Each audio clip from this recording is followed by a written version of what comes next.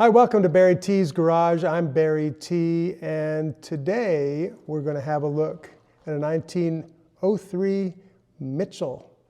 And this car was made in the United States, one of the first production cars, one of the actual first production cars ever built as a production car in the USA.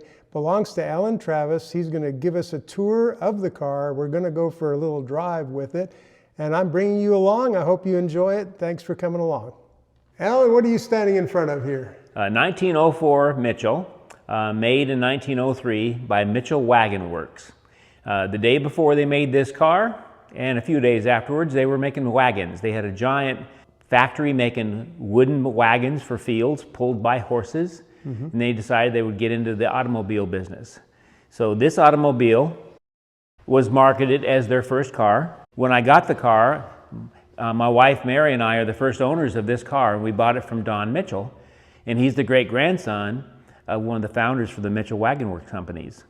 So he sold it to me, and they had it in their family for forever, long time. And then, so after I got the car, and I thanked him profusely for getting the car, I told him that his great-grandfather really didn't make the car. His great-grandfather bought all the components besides the motor, and besides the transmission cover and the front radiator ornament that says Mitchell Wagon Works on it, from this catalog. So in this catalog, which was out in 1902, 1903, you could buy every piece for a car, and you could make your own car, and then we could look at every single part, and we'd find the page, and it's in this book. And they're perfect drawings because this catalog was not for accessories for automobiles, but to make your automobile. You know, before 1920, it says, you know, the world said we had 2,000 or 3,000 brands of automobiles. Well, kind of, but we only had really 4 or 5 different brands of cars, and a lot of them that were assembled. Did companies that were successful go ahead and manufacture and have assembly lines of some sort and manufacture cars? Yes, they did. But the first day, they didn't. The first day, they had to buy other pieces. They didn't have any pieces. So the car industry was a lot of independent parts catalog buyers kind of assembling and decorating maybe a little bit to their own liking. Yeah, and then I've got maybe 50 catalogs from 1900 to 1902, 1903, and half of the catalogs were clothing, motoring clothing, and the other half was actual auto parts. So you could look at all the different radiators, the different honeycomb radiators and what have you. You could look at all of the different, you know, front end pieces and rear end pieces, and it was a common transmission for the most part, and a common steering box for the most part. A lot of common parts, and the rest of the parts were wagon parts. You know, the leaf springs were from the wagons, and the dumb irons were from wagons. The wood wheels were from wagons. So they had a lot of technologies they could bring over. In fact, this car is a buckboard wagon. So if you didn't build it as an automobile, you would have built it as a buckboard wagon and just pulled it by your horses. So you could have gotten, you couldn't have got away with ordering all your car parts and decided you didn't want to finish it as an automobile and just make it so your horses could pull it. What happened when they built this? Can you tell me about what was designed into this assembly? Okay, well, the first thing was, you know, a lot of people didn't really have a water source, and you think that's funny because wherever people live, there's water sources. But automobiles of the day, you know, you could go 10 or 15 miles and you might boil out your water. So you really needed a water source everywhere that you went. You know, yes, you could take your canteen for you to drink something, but the automobile needed it pretty often. So they had a choice in 1903, 1904 for water-cooled and air-cooled. So this was the air-cooled one. Oh. So this is an aluminum crankcase motor, aluminum transmission, and the engine is 9 horsepower. And how does that relate? It's a 9 horsepower taxable. The Wright brothers, the first airplane, they theorized they needed 8 horsepower. Well, here's a 9 horsepower motor. And it's a twin-cylinder motor. Henry Ford and Cadillac were also making cars at the very beginning, and their cars were single cylinders. So a lot of the people's cars in 1903, 1904 were single cylinders. This is a twin-cylinder motor, and it has a 3-speed transmission. So it's pretty good as a as a soon-to-be production car for the wealthier, not the masses yet, because there's still only 1 in every 400 or 500 people had an automobile, but for people in general that just needed something to a runabout to drive around where they lived. And then the trips back then were only, 5 or 10 miles, and 25 miles might be a really big trip. So this would be a short distance, would not be a racing car, would go 25 to 35 mile an hour, maybe 25 or 30 would be its cruising speed. The speed limit at the time was probably 15 miles an hour in most states. So you could still double the speed limit. So it was just a nice little pleasant car. Okay. Still crank start only. So who designed the engine itself? It's a Mitchell motor. I don't know who made it. I haven't seen it in any other car. It's got a kind of a Roots supercharger in it. Wow. It's an air-cooled car, so it doesn't need water. Right. And Roots, who was famous making Roots superchargers in the 50s, they're starting in the 50s and carrying through the 60s and the 70s, was an accessory company in 1890s. And they made accessories for bicycles for the most part. They made the speedometers and the odometers for bicycles. That's what the Roots company started. I had no idea. And then they got into making accessories for automobiles, the same catalogs that would have the components for the chassis and all. There was also accessory companies. Roots was one of those. Wow. So Roots made, for this car, this plenum right here. Okay. And that plenum, if you back up a little bit, that thing looks kind of like a supercharger, and it does have high pressure air going in there at 20,000 RPM. Really? And the part of the spinning and creating the air is this 1873 Keystone Forge Fan blower. You gotta be kidding me. So it's dated on the back 1873. And this is spinning on a leather belt right on the back of the flywheel. The engine goes a couple thousand RPM, and I'm sure the diameters of this and that are about 10 to 1. So this is probably spinning 10 to 20,000 RPM, which you'll hear when we start it. So this is pressurizing this, and it's going into this plenum, which is blowing on the engine, cooling it all down, the air cooled. So it's not blowing into the combustion chambers. No. It's used as a cooling system. Right. But instead of a normal fan on an engine would be, your fan would be on the end of either the camshaft or the crankshaft, spinning at engine speed or half of engine speed. Right. This fan is spinning at 10 to 20,000 RPM, Wow. cooling the air-cooled engine. Wow. Pretty amazing. Pretty amazing. The problem is this Keystone had no bearings in it before a couple days ago, and I went ahead and machined and put some bearings in it so I can actually lubricate it, because before I could only go about 15 miles and it would start screaming so much or screeching, but now I put bearings in it, and I didn't modify it much to put that in there, and so now it should be nice and quiet and last for a long, long time. A lot longer. Yeah, for sure. Wow.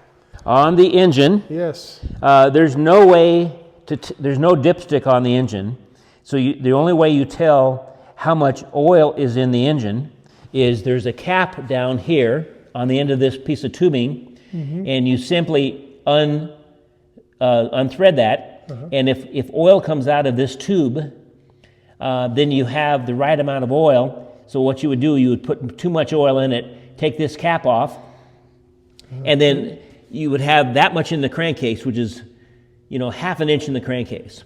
Wow. And then what you would put in the crankcase, you don't have a breather, you have this thing here, and you pour it into that,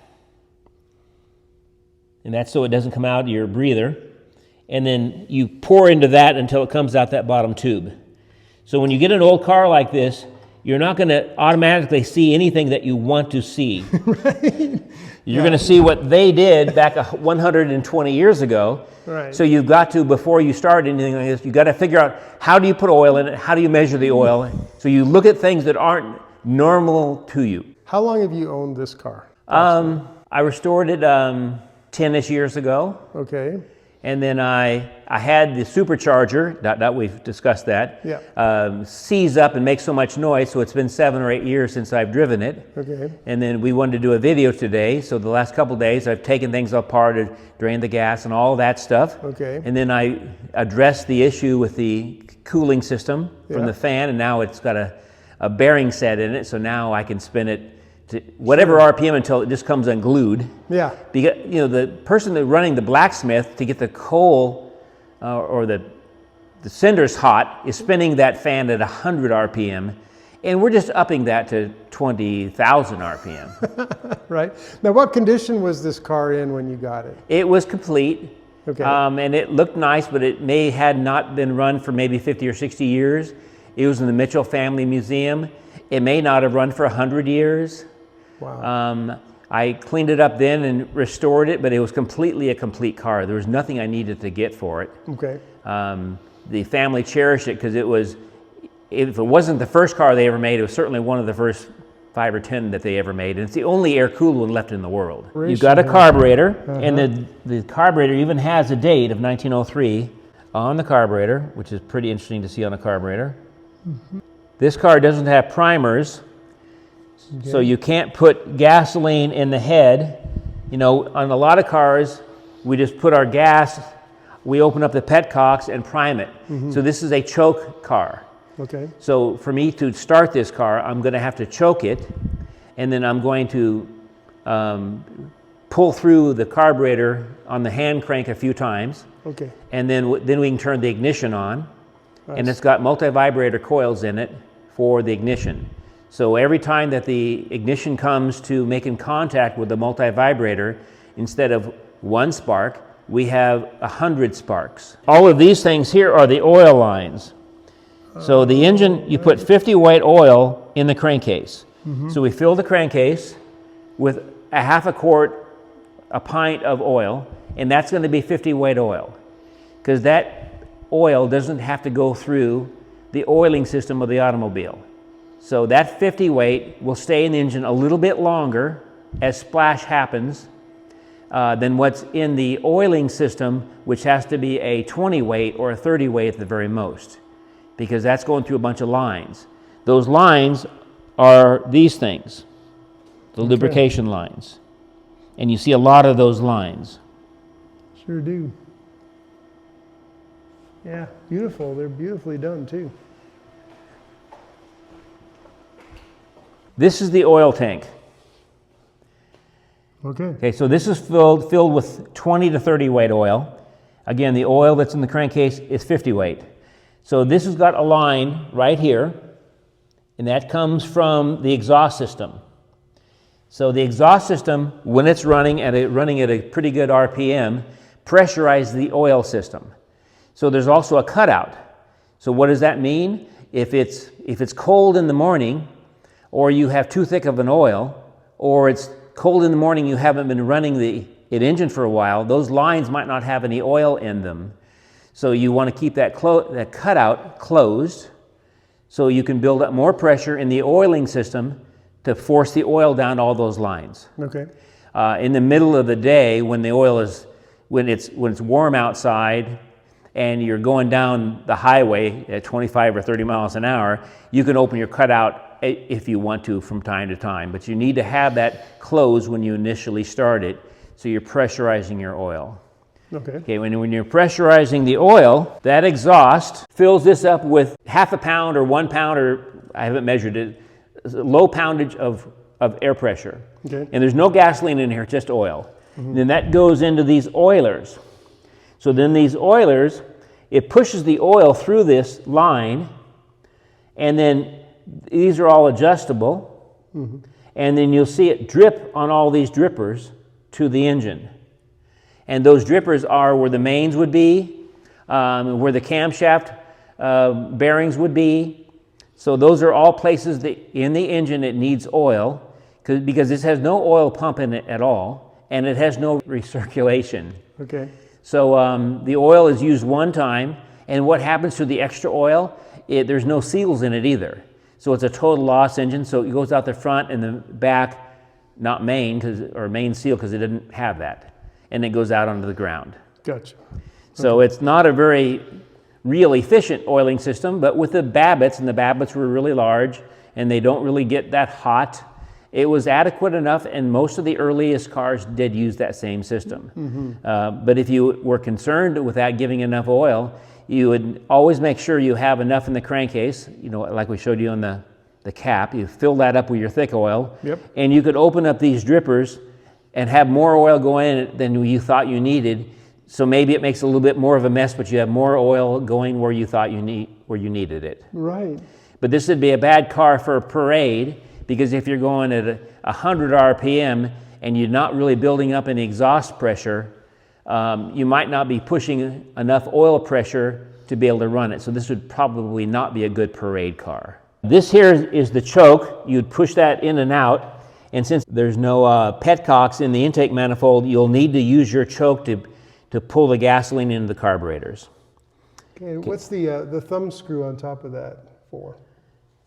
That's just I'm to keep for the rod. So it just holds it in place? Yeah, and that rod can go through the firewall if you're going to remove the firewall. It's a stopper, I guess. Basically. Yep. Okay. Okay, what do you think this is? I don't know. And you see it's got a date. You see it's got a date on there of 1897, it looks like. Okay. I don't know, is that one of these bells or something? Yep. Okay. So see if you can hear the bell. Okay.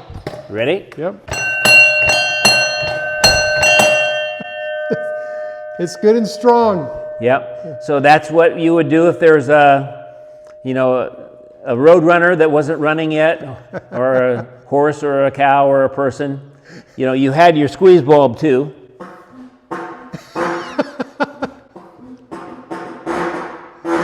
There we go. You had a couple horns. There he goes. Got to remember how each one operates.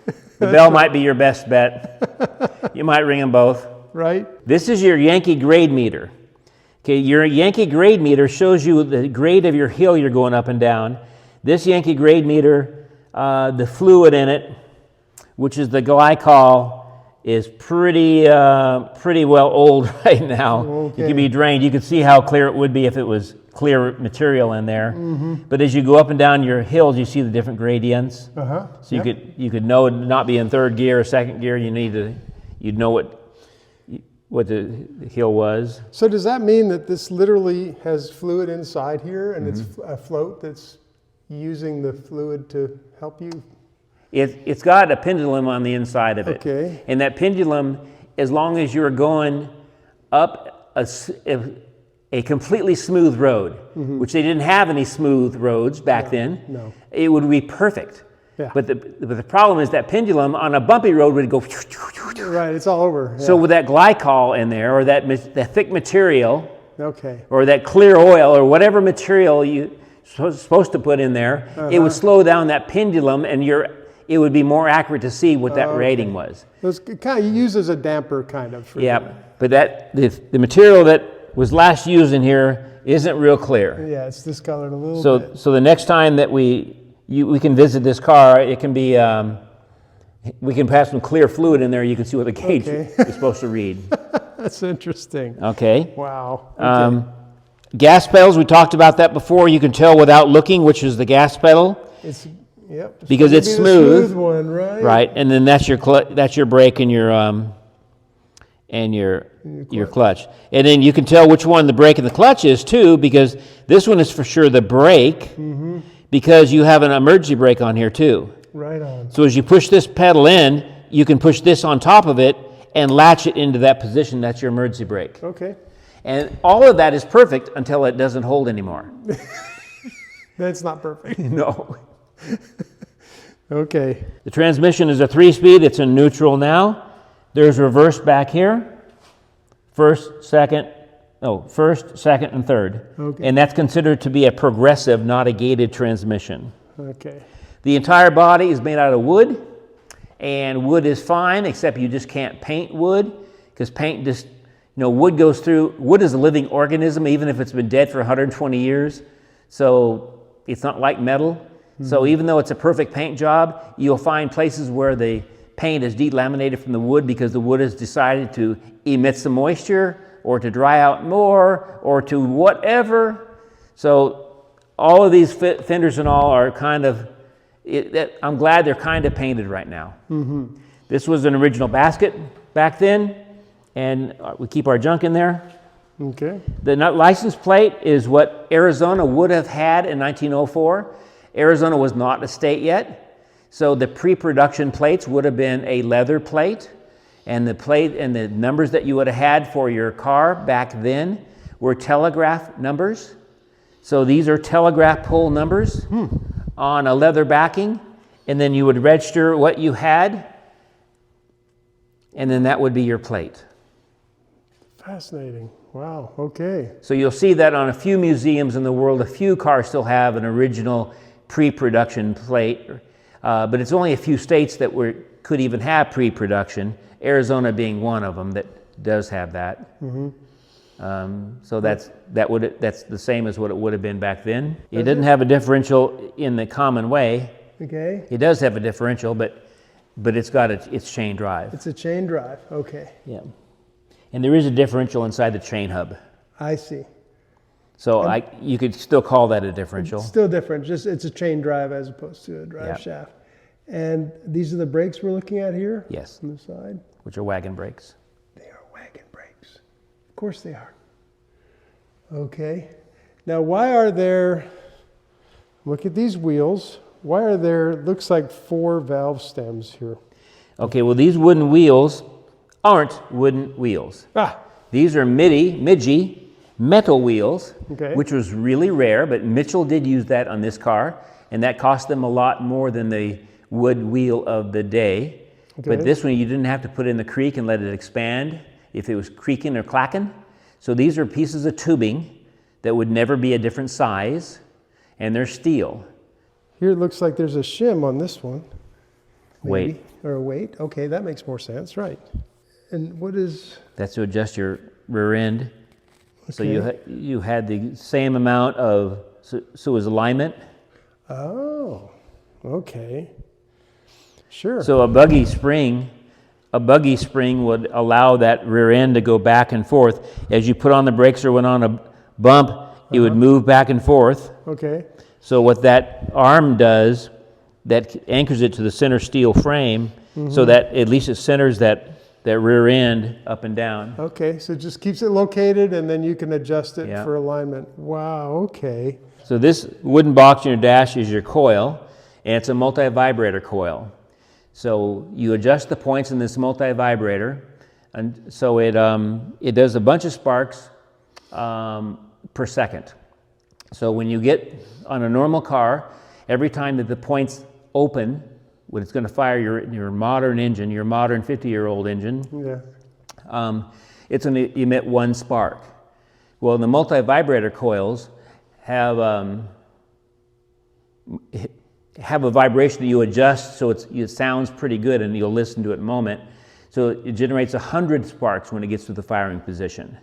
You don't need 100 sparks, but they weren't reliable enough to know that when the points opened or closed, so they were a timer. You didn't have a set of points back 120 years ago. Right. You had a timer box that would make and break a set of reeds, and those reeds, when they opened and closed, based on how much dirt was on them, it wasn't really very regulated for your timing. So they had multi-vibrators, and that smoothed that out. So you did need a dry cell battery in this. Okay. 6 volts of dry cells, which are telephone batteries. So you didn't have a starting battery, but you had that, and that's what energized those coils. So I'll turn that on, you can hear it. Right. Okay. So when it comes to the firing position, that's going to fire it. The problem is, or the not a problem, is when you turn that on, if you have primed the engine, and then you have cycled through the engine with your hand crank, as soon as you turn the ignition on, which might be the next step, it could fire right then and run. So you need to always make sure you're always out of gear. You always have nothing in front of you, because there's, the transmissions and the lockouts nothing was perfect. You know, so you better really be ready. You better never leave it in gear and play with the multivibrator. Yeah. Because you can crank it over, just push it a few inches, and it could start and be going down the road. So be careful with that kind of stuff. Make sure you're in neutral. Make sure your gloves are always on if you've got a hand crank in your hand, because things can fly around and hit you in the face. Just be prepared. Things can happen to you. That's the registration from 120 years ago. Okay, to start an engine like this, the first thing you got to decide and figure out is how you're going to prime it. You can either prime it with a choke or with putting on the, open up the petcocks and injecting fuel. This one has no overhead valve, overhead petcocks to inject fuel, so we must choke it. Okay. Okay, and the choke will put fuel into it. So I've already turned the gas on. So now with the ignition not on, because we don't want a surprise, we just want to pull through the engine 2 or 3 times. So the intake manifold has some combustible fuel vapor. The intake manifold has some in it. Where the intake passages have it. And you would think any time that it fires one time, you would have wasted that choke on the engine, but it isn't the case, because it's such an inefficient head, and there's so many places in the head for that vaporized fuel to be that you could actually fire it a couple times by pulling through, whereas if it was a more modern engine, maybe in the teens, once you pulled it one time and it fired, there's probably no fuel left to fire from. Sure. Another thing, it's never going to start by pulling half a pull. It's a 2-cylinder motor. You need to pull through 2 or 3 times to really get that fuel vapor inside the intake manifold, inside the combustion chamber. Mm-hmm. So don't expect it to start on the first pull. Right. So the first step is you're going to turn the choke on, and you're going to pull it through to inject some vapor into it. Okay. You're giving it air and fuel, but no spark. Yep. Okay, so no ignition is turned on right now. Okay. So so it won't start.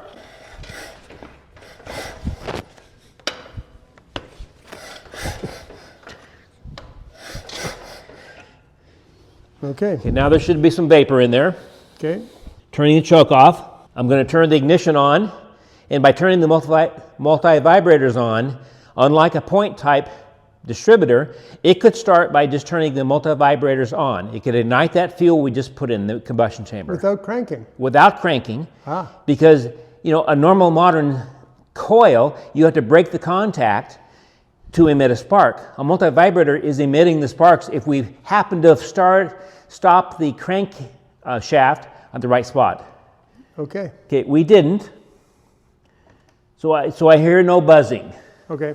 But now when I pull it, I need to make sure what I'm doing. And see, it went backwards? Mm-hmm. So you make sure you release your hand.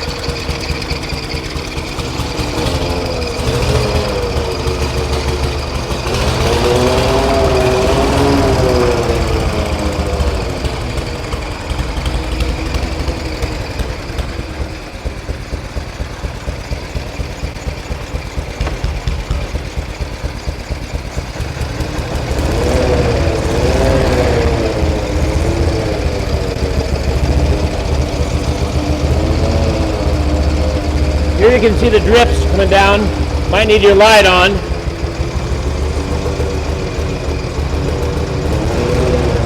I can see it dripping. Okay.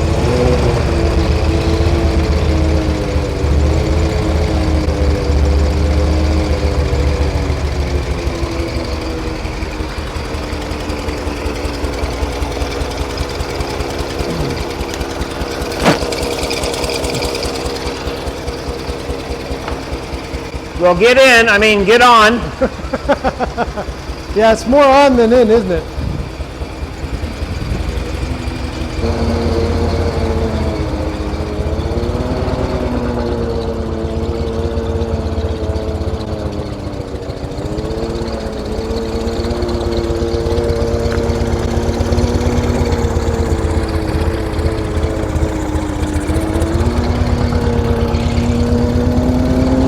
Okay, off we go.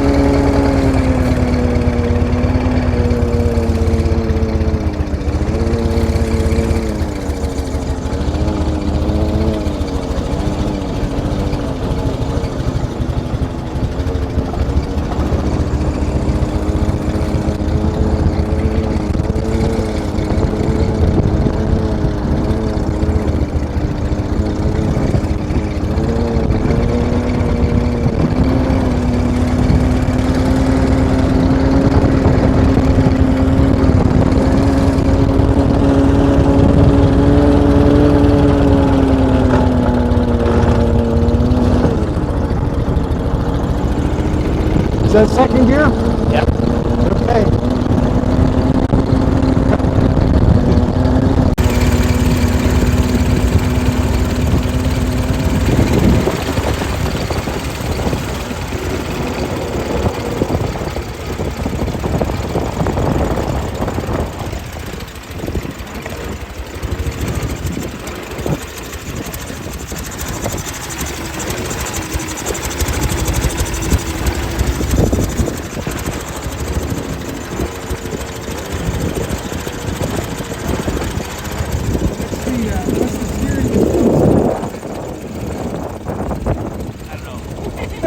Very fast? 1-to-1 turnover rate.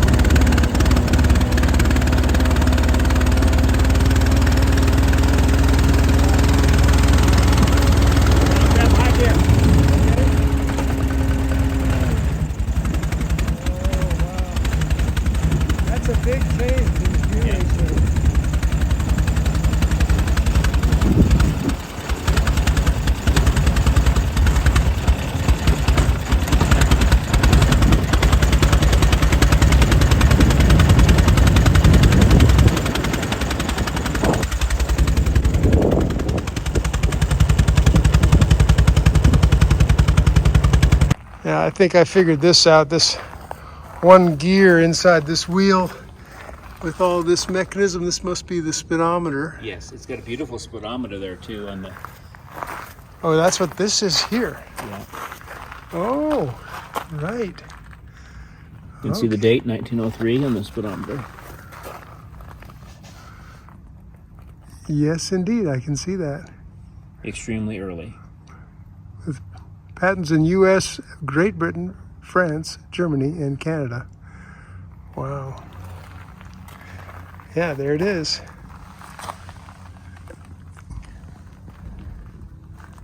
It's just interesting to pick up on all these details now. Are these, is this all bronze when we see this Brass, gold? It's brass, not bronze, brass. Right. Okay, thank you. I wanted to make sure I was clear. There could be a few bronze pieces. Mm-hmm. There were some bronzes back then that were as hard as steel. Okay. They really had some really good mixtures of bronze. Okay. But what you're seeing, the pretty stuff on the car is all brass. It polishes up and looks beautiful. Yeah, it looks like gold when it's polished. Okay. For a couple weeks. Yeah. Boy, the maintenance to keep it just all shiny must be really something. And I guess you've got a lot of just forged, or I mean cast steel, I guess, or iron. Forged and cast steel. Yeah.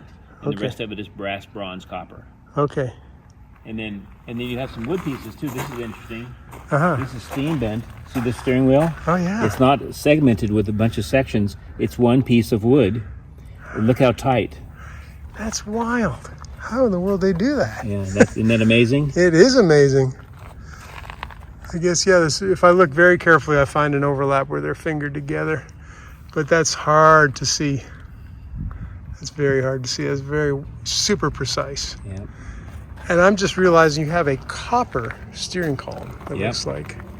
And copper plates here at the bottom. And this is the timing, Okay. and this is the hand throttle. Ah, okay. So when we were running, we just pulled the timing back up a little bit, Uh-huh. so we had more advance. Okay. But as I was deaccelerating and accelerating, I should have been, when I deaccelerated, be down here, and accelerated be up here, because this engine has so low power. Yeah. You need to be not advanced at the lower RPM, so you have as much power there as you can get. Okay. And then you need to, at the same point, when you get super high RPM, like 1600 RPM, Right. 1800, you need to be advanced. Okay. So we should have been moving this back and forth. Right. So had we not had the speed bumps in the neighborhood, Yeah. and we could have kept a constant 30 mile an hour, say, Yeah. we could have adjusted the timing for the uphills and downhills for the neighborhood, which is about 3% depending on the direction. And we would even adjust the timing even on that 3% grade. Yeah. Because it needs it. Interesting. Because it just doesn't have any extra power.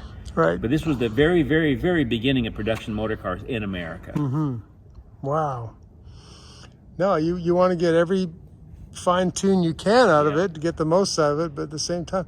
And I'm not sure with all the wind, we heard the different exhaust notes. Could you explain what you're doing there and what the difference is again? I'm just opening and closing the cutout. When I'm washing the oil in my drippers, I can see a difference when I close the cutout, because I have more pressure in my exhaust system, which pushes more oil out. If you're only having the cutout on for a little bit at a time, or you've got nice warm oil on a warm day, not a December day like we have today, Yeah. you can keep the cutout on more often. I So that's see. how you would regulate. That's the only way you regulate the oil pressure is by your cutout, and you can also have the adjusters on top of the. Right. You can adjust those too on your drippers. That's fascinating. That's a big learning for me today, to ever encounter a situation where you're adjusting your exhaust pipe for oil pressure. Yep. That's pretty cool. All right. Well, Alan, thank you for this wonderful tour of this beautiful car and significant car, historical car, especially for American manufacturing. As you said, for a production vehicle, I'm not sure what's before this one Not in very many. 03. Not many. This is very interesting. Okay, well, thanks again for showing us this car, and we'll share it with the world out there.